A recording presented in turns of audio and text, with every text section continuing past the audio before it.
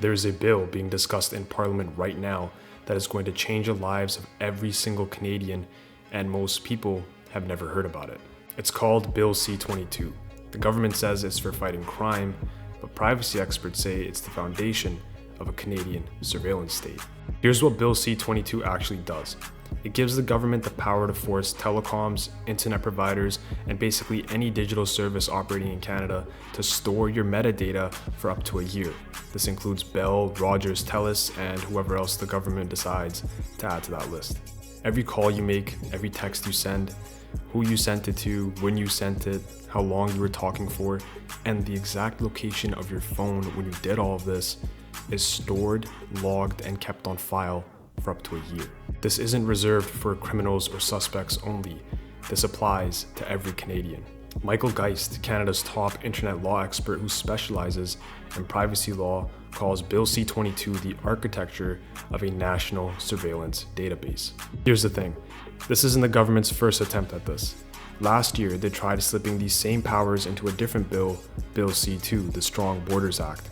But the pushback from privacy advocacy groups was so heavy that the government had to scrap it. The Liberals then repackaged the surveillance parts of Bill C-2, slapped a new number on it, and brought it right back as Bill C-22. Apple has publicly warned that Bill C-22 would force them to break the encryption protecting your data. Top US lawmakers have sent a formal letter to the Canadian government telling them that any backdoor built for Canadian law enforcement becomes a target for hackers and hostile foreign governments the moment it exists. Here's why every Canadian should care about this. Bill C-22 lets the government issue secret ministerial orders to tech companies, and it makes it illegal for those companies to tell you that they got one.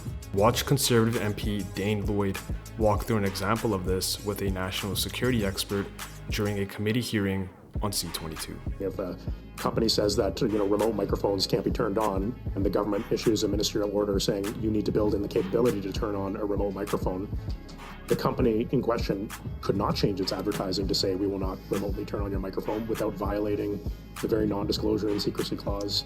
So they will still be advertising that they will not turn on remote microphones while the government has forced them to create that capability for law enforcement. I'm not sure how a company would manage that situation. Through one ministerial order, the government can force your phone to spy on you and force the company that sold it to you to keep advertising that it doesn't. Once a surveillance database exists with mountains of data on every single citizen, no government dismantles it, it only grows. And Bill C-22 is the first step in building a surveillance state in Canada.